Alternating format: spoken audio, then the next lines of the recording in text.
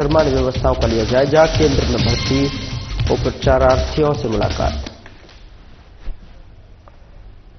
नमस्कार, मैं हूं आपके साथ गौरव राजेंद्र। बुलेटिन की शुरुआत करते हैं। बीजेपी घोषणा पत्र समिति के संयोजक अमर अग्रवाल ने जो है प्रेस कॉन्फ्रेंस की और इस दौरान अमर अग्रवाल ने कहा कि पार्टी ने महत्वपूर्ण जिम्मेदारी हमें सौंपी है। जनभावनाओं को जनता की जो है जानना और साथ ही साथ आपको बता दें कि जनता तक पहुंचाना, सहभागिता सुनिश्चित करना हमारी जिम्मेदारी है।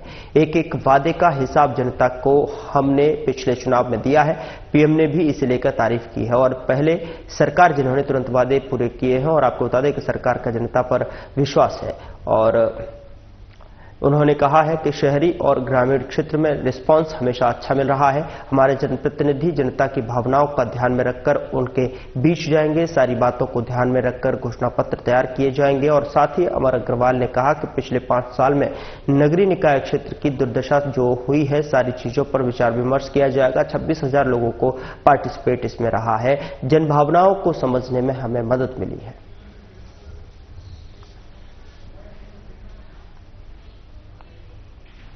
हमारे सम्मानित प्रदेश अध्यक्ष जी ने कल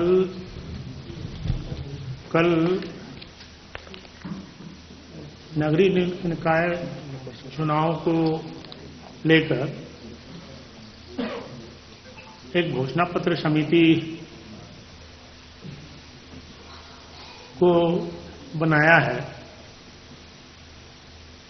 जिसमें संयोजक के दायित्व में मुझे वो कार्य दिया है और सह संयोजक के रूप में हमारे दक्षिण के सम्मानीय विधायक और जिनका वर्षों अनुभव है सुनील सोनी जी को, और हमारा मार्गदर्शन करने के लिए जिनका अपना अनुभव है चंद्रशेखर साहू जी हैं और हमारे प्रदेश के महामंत्री संजय श्रीवास्तव जी हैं, हमारे संभागीय प्रभारी अनुराग सिंह देव जी हैं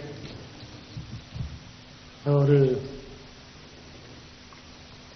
हमारे मुख्यमंत्री जी के मीडिया सलाहकार पंकज झा जी, मस्के जी और हमारे प्रदेश के मीडिया का प्रमुख अमित चिमनानी जी।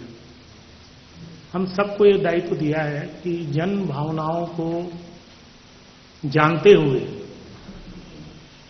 और सारी बातों को आकलन करते हुए हम बेहतर इस प्रदेश के जो नगर निकाय हैं उसके लिए क्या कर सकते हैं, उसके बारे में विचार विमर्श करना और उस विचार विमर्श की प्रक्रिया में जनता की सहभागिता सुनिश्चित करना। जिस प्रकार से विधानसभा में हमने एक समिति बनाई जिसके संयोजक हमारे दुर्ग के सांसद विजय बघेल जी थे, सह संयोजक के दायित्व के रूप में मुझे था और हमने 2 महीने तक हर विधानसभा में हर वर्गों के साथ सब जन भावनाओं को जानने के बाद हमने मोदी गारंटी 2023 के नाम से हम चुनाव में उन घोषणाओं के आधार पर गए और कहना चाहिए कि मात्र 1 साल के अल्प समय में, 1 ही साल कह सकते हैं क्योंकि अभी अब तो हमने जनादेश पर्व मनाया है और उस जनादेश पर्व में हमने जो मोदी गारंटी 2023 थी उसके कौन कौन से वादे पूरे किए, एक एक वादे का हिसाब हमने छत्तीसगढ़ की जनता को दिया है। जैसे हमने वादा किया था कि हम बकाया जो 2 साल का किसानों का बोनस का पैसा था, एक निश्चित तारीख बताई थी हमने 25 दिसंबर को अटल जी की जन्मदिन के अवसर पर, उसी दिन हमने पूरा किया। हमने वादा किया था कि किसानों का 21 क्विंटल धान लेंगे, 3100 रुपये के हिसाब से हम उनको रेट देंगे। पिछले बार हमने वो कमिटमेंट को पूरा किया और एक मुश्त का किया था, एक मुश्त दिया। हमने वादा किया था मैतारी वंदन का, वो हमने प्रारंभ किया और आज 11वीं किस्त इस प्रदेश की लगभग 70 लाख हमारी बहनों को वो किस्त दे रहे हैं। और न केवल हम 1,000 रुपये दे रहे हैं, उस 1,000 का उपयोग करके हमारी बहनें सशक्त कैसे बने। 25,000 तक का बिना गारंटी के लोन, वो भी साथ साथ हमने और एक कदम आगे जाके जिससे उनकी आय बढ़े उस योजना का निर्माण किया। 3 दिन पहले माननीय मुख्यमंत्री जी ने जो भूमिहीन हमारे भाई हैं, बहनें हैं, कृषक हैं, उसको 10,000 का वादा किया था। परसों से हमने उस योजना को चालू किया। रामलला दर्शन का कहा था, हमने वो पूरा किया। और अगर आप देखेंगे तो जिसमें सर्वाधिक वित्तीय का विषय जुड़ा हुआ था, नहीं तो आमतौर पे एक साल पे इतना वित्तीय के विषय पे मैं ऐसा मानता हूं कि देश में कोई सरकार होगी जिसने एक साल में सर्वाधिक वित्त से जुड़े हुए, पैसे से जुड़े हुए विषय को सबसे पहले पूरा किया। और ये हम सबके लिए गौरव की बात है कि हमारे देश के यशस्वी प्रधानमंत्री आदरणीय नरेंद्र मोदी जी ने उस जनादेश पर्व पर हमसे कहा कि ये देश की पहली सरकार है जो तीव्र गति के साथ अपने वादे को पूरा कर रही है। ये इस देश के सम्माननीय प्रधानमंत्री आदरणीय नरेंद्र मोदी जी ने कहा। तो छत्तीसगढ़ की आम जनता का विश्वास हमारे ऊपर बढ़ा है और उसका उदाहरण है कि अभी लोकसभा के चुनाव हुए। उस लोकसभा के चुनाव में जनता को लगा कि ये सरकार वादा पूरे करने वाली है, हमारी भावनाओं का सम्मान करने वाली है। 11 में से 10 सीटें हमको मिली। फिर रायपुर दक्षिण का उपचुनाव हुआ। रायपुर के दक्षिण के जो चुनाव आए, अगर आप वोट का प्रतिशत देखेंगे तो 2023 में जो हमको वोट जीत का जो फासला है उससे ज्यादा सुनील सोनी जी को दिया। ये सारे नतीजे बताते हैं कि आम जनता का विश्वास हमारी पार्टी की सरकार के ऊपर, इस प्रदेश के मुख्यमंत्री आदरणीय विष्णुदेव साय के ऊपर, हमारे मंत्रिमंडल के सारे सहयोगी के ऊपर, हमारे सारे विधायकों के ऊपर, जनप्रतिनिधि के ऊपर छत्तीसगढ़ की जनता का विश्वास है। और फिर से एक अवसर आया है, क्योंकि अगर हम देखें तो चाहे पंचायत हो चाहे नगरीय निकाय, छोटे मोटे या शहर के जो विषय रहते हैं या जो गांव के विषय रहते हैं, उसके सारे विकास की जवाबदारी लोकल संस्थाओं की होती है। तो ये चुनाव की तिथि घोषित हो गई। नगरीय निकाय का मतदान है वो 11 फरवरी को होगा और 15 तारीख तक नतीजे आ जाएंगे। हमारे जो कहना चाहिए जनप्रतिनिधि लड़ेंगे, वो स्थानीय तौर पर वार्ड के अलग विषय होते हैं, निगम के अपने अलग विषय होते हैं, कुछ विषय प्रदेश के होते हैं। तो स्थानीय स्तर पर भी जो जनता है, उनकी भावनाओं को ख्याल पे रखकर हम उनके बीच में जाएंगे। और प्रदेश स्तर पर, क्योंकि इस प्रदेश में आज भारतीय जनता पार्टी की सरकार है, विष्णुदेव जी की सरकार है, केंद्र में हमारी सरकार है, डबल इंजन की सरकार है। और हम इस प्रदेश के शहरों को सारी सुविधा देते हुए देश के मानचित्र में हम हमारे नगरीय क्षेत्र को कैसे लाएं, उस सारी बातों का समग्र चिंतन हम इस घोषणा पत्र में करेंगे। पहले भी हमने घोषणा पत्र किया, उसके आपने नतीजे देखे होंगे कि पूरे देश के ये जो स्वच्छता अभियान चला था, पूरे देश में हमारा दूसरा स्थान था पूरे देश में। और कुछ जगह तो अंबिकापुर जैसे छोटी निगम में देश में पहला स्थान था, छोटे नगर निगम में स्वच्छता अभियान में। तो अभी तक हमने जैसे सुनील जी बता रहे थे 4 में, उसके बाद 9 में, हमने उस समय भी कुछ वादे किए थे और उसको हमने पूरा किया था। विगत चुनाव जो हुए थे, 5 साल जो सरकार चली, उसके बारे में मुझे कुछ कहना नहीं है, बल्कि मैं तो ये मानता हूं कि उस 5 साल की जो नगरीय क्षेत्रों की दुर्दशा हुई, अब हमको डबल स्पीड से जो बैकलॉग है उसको भी पूरा करना, उसको भी हम पूरा कैसे करें, इसके बारे में हम विचार विमर्श करेंगे।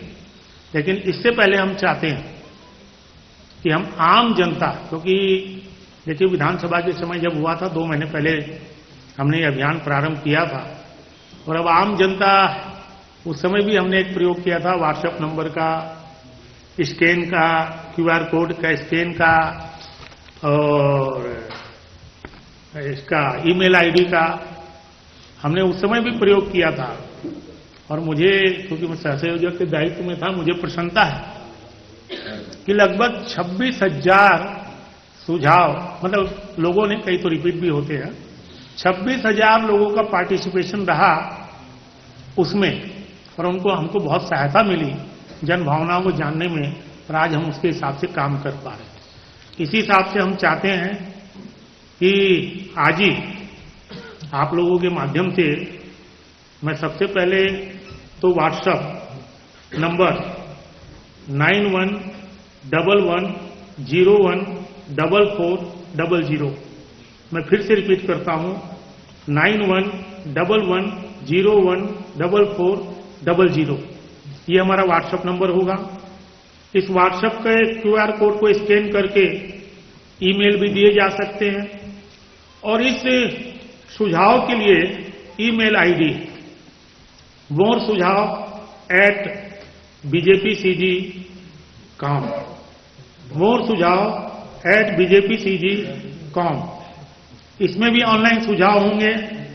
तो मैं आप सब लोगों के माध्यम से आम जनता से आग्रह करना चाहता हूं कि जिस प्रकार से आपने विधानसभा में अपनी भावनाओं को रखा था, और आपकी भावनाओं के आधार पर हमने मोदी गारंटी 2023 बनाया था, और न केवल बनाया था, आप लोगों ने भावना के साथ साथ सरकार भी बनाई, और सरकार बनने के बाद हमने आपकी पूरी भावनाओं का ख्याल रखा।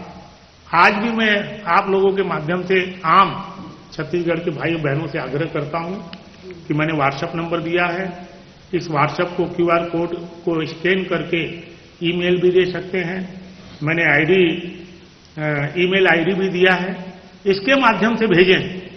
आपकी जो जन भावनाएं होगी उसमें हम क्या कर सकते हैं, क्योंकि हम जो भी कहेंगे वो पूरा कहेंगे, और हम तो एक मूल मंत्र लेके चलते हैं, हमने ही बनाया है, हम ही संवारेंगे, तो उसको हम कैसा पूरा कर सकते हैं जिसका 100% हम कर सकें। लेकिन चूंकि समय बहुत है, मैं सारे भाई और बहनों से आग्रह करूंगा कि इसको 30 तारीख की शाम तक अपने सुझाव अवश्य भेजें। आपकी जन भावनाओं के आधार पर हम सारी बातों का समावेश करते हुए, और जो हमारे अनुभव भी है हमारी घोषणा पत्र समिति का, सबके अनुभव को लेते हुए, अन्य राज्यों के उदाहरण देखते हुए, दुनिया के उदाहरण देखते हुए जो हम कर सकते हैं, वो सारी बातों का समावेश करके हम एक घोषणा पत्र बनाएंगे, जिससे आगे हमारे नगरीय निकाय भारतवर्ष में छत्तीसगढ़ का नाम रोशन कर सके। इसीलिए आज आप सब लोगों के माध्यम से ये प्रेस वार्ता के लिए हमने तय किया था। मेरे बस यही आग्रह है जनता से कि 30 तारीख तक जरूर करें। आप सब लोग आए, आप सबका बहुत बहुत धन्यवाद। उधर राजधानी रायपुर एकात्म परिसर में बीजेपी प्रदेश महामंत्री संजय श्रीवास्तव ने पत्रकार वार्ता को संबोधित किया। इस दौरान उन्होंने चुनाव घोषणा पत्र समिति को लेकर कहा कि जनता के हित के अनुरूप हम अपना घोषणा पत्र बनाते हैं और यही नियम है। कांग्रेस के कार्यकर्ता सुझाव केवल कार्यकर्ताओं से लेकर घोषणा पत्र बनाने का निर्णय ले रहे हैं। जानकारी के मुताबिक कांग्रेस का घोषणा पत्र लगभग तैयार भी हो गया है, जिस पर बीजेपी ने पोस्टर जारी कर कांग्रेस से सवाल पूछे हैं। घोषणा पत्र के लिए जनता के बीच जाने से डरी कांग्रेस पोस्टर का विमोचन कर संजय श्रीवास्तव ने कहा कि कांग्रेस में अब इतनी ताकत नहीं बची कि वो जनता के अदालत में जाए। इसी के साथ उन्होंने कांग्रेस पर जमकर हमला बोला। हमारे बीच उपस्थित हमारे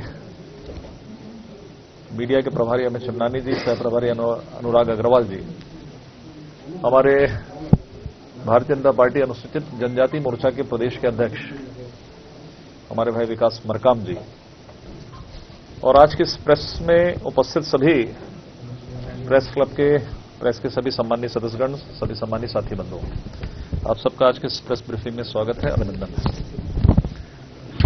कल जैसा आपको जानकारी मिली कि एक प्रेस कॉन्फ्रेंस के माध्यम से भारतीय जनता पार्टी ने आप सबके माध्यम से जनता के बीच में इस बात को रखा कि इस नगरीय निकाय चुनाव, त्रिस्तरीय पंचायत चुनाव में आने वाले 5 वर्षों के लिए जनता किस प्रकार के विकास चाहती है, उनकी क्या मांगे हैं, उनकी क्या दिक्कतें हैं, इसके लिए हमने एक घोषणा पत्र चुनाव समिति बनाई है, चुनाव घोषणा पत्र समिति।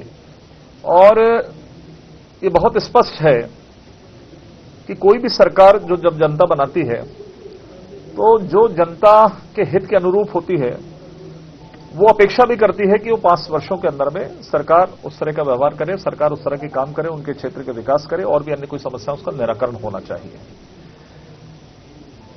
और इसीलिए घोषणा पत्र समिति का निर्माण हुआ। कल घोषणा पत्र समिति की एक जो चुनाव की प्रेस वार्ता हुई, उसके माध्यम से हमने इस बात को रखा कि हम किस तरीके से जनता से हम सुझाव एकत्रित करेंगे। ये कल ब्रीफ हो चुका।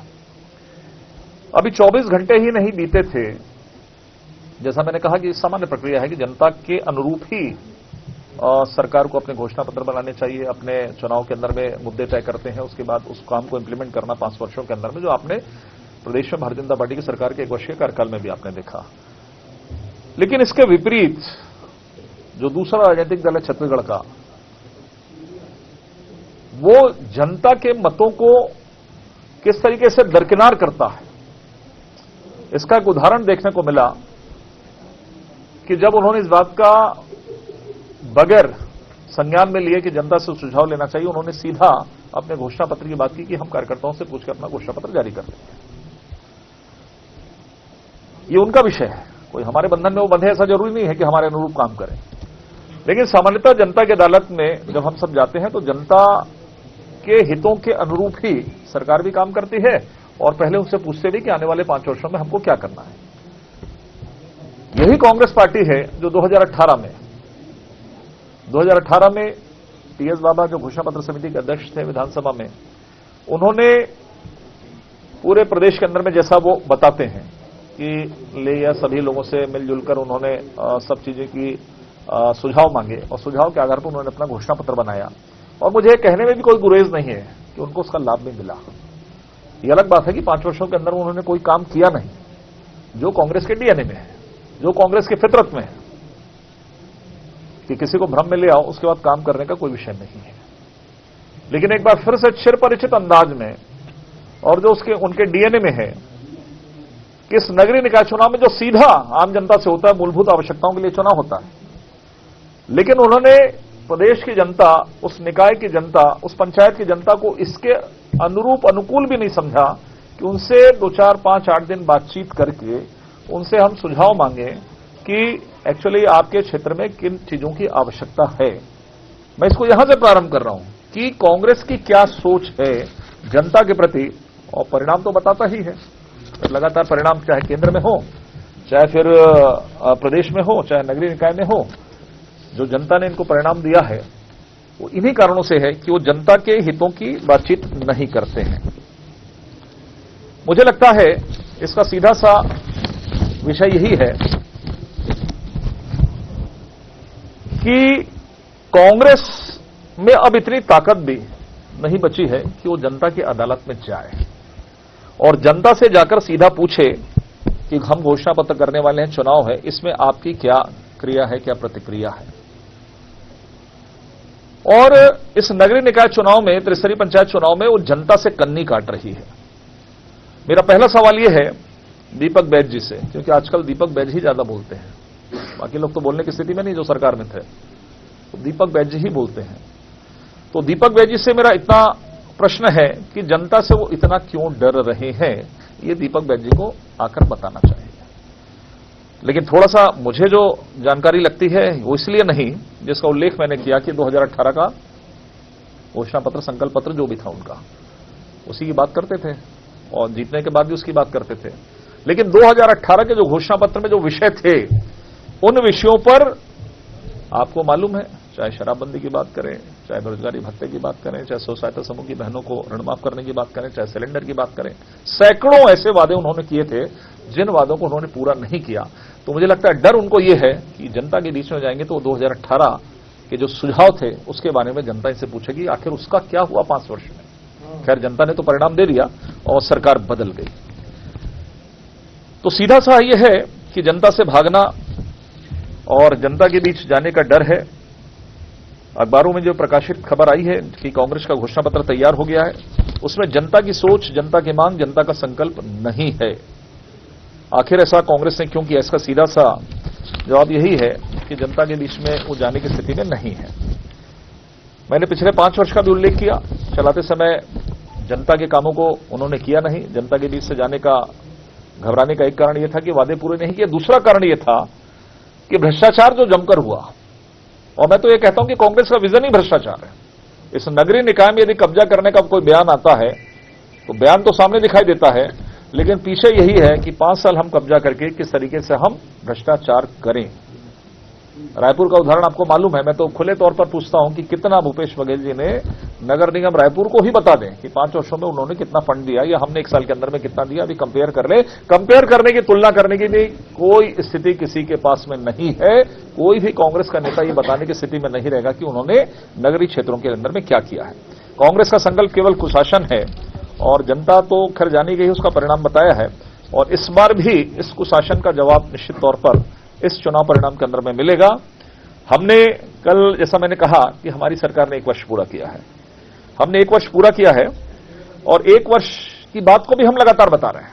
इस चुनाव में भी बताएंगे, हमारे घोषणा पत्र में रहेगा क्या करना है वो तो है, लेकिन हमने क्या किया केवल 1 वर्षों के अंदर में हमने, जबकि ये पूरे चुनाव चल रहे हैं।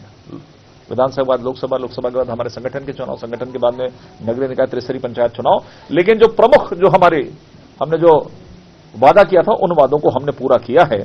और इसी तर्ज पर नगरीय निकाय, त्रिस्तरीय पंचायत में जो हमारे घोषणा पत्र में जो चीजें समावेश करेंगे जनता के अनुरूप, उसको बहुत शीघ्र हम क्षेत्र में, क्योंकि हमारा यह कहना है कि हमारी सरकार नहीं, 1 वर्ष नहीं, इस प्रदेश की जनता का 6 वर्ष का समय खराब हुआ है।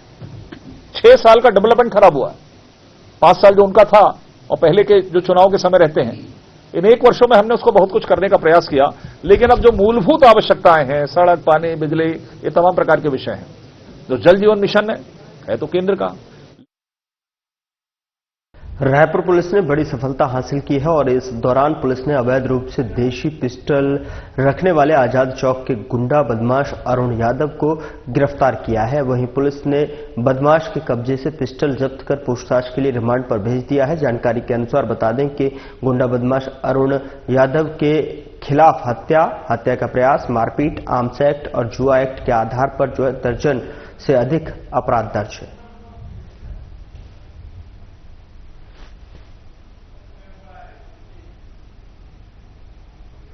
रायपुर पुलिस की ओर से पुलिस उप महानिरीक्षक और वरिष्ठ पुलिस अधीक्षक डॉक्टर लाल उमेद सिंह के दिशा निर्देश पर नशे के खिलाफ विशेष अभियान चलाया जा रहा है। इसके साथ ही अवैध प्रतिबंधित मादक पदार्थों सहित प्रतिबंधित नशीली टैबलेट और सिरप तथा सूखे नशे की तस्करी, खरीदी, बिक्री, नियंत्रण और रोकथाम के लिए अतिरिक्त पुलिस अधीक्षक क्राइम रायपुर के नेतृत्व में 11 सदस्यीय anti narcotics task force team का गठन किया गया, जिसमें उक्त टीम को एंड टू एंड और financial investigation, source point, destination point पर प्रभावी कार्रवाई करने सहित स्रोत के बारे में जो है विस्तृत जानकारी लेकर उनके विरुद्ध विधिसंगत विधिवत कार्रवाई करने के लिए निर्देशित किया है। इसी तारतम्य में टीम को सूचना मिली कि थाना पुरानी बस्ती क्षेत्रांतर्गत खोखो पारा स्थित पंकज गार्डन के अंदर 2 व्यक्ति अपने पास प्रतिबंधित नशीली टैबलेट रखे हुए हैं और बिक्री कर रहे हैं, जिस पर वरिष्ठ अधिकारियों के निर्देशन में anti narcotics task force, anti crime and cyber unit और थाना पुरानी बस्ती पुलिस की संयुक्त टीम ने उक्त स्थान पर जाकर मुखबिर के बताए हुए अनुसार दोनों व्यक्तियों को चिन्हांकित कर पकड़ा गया।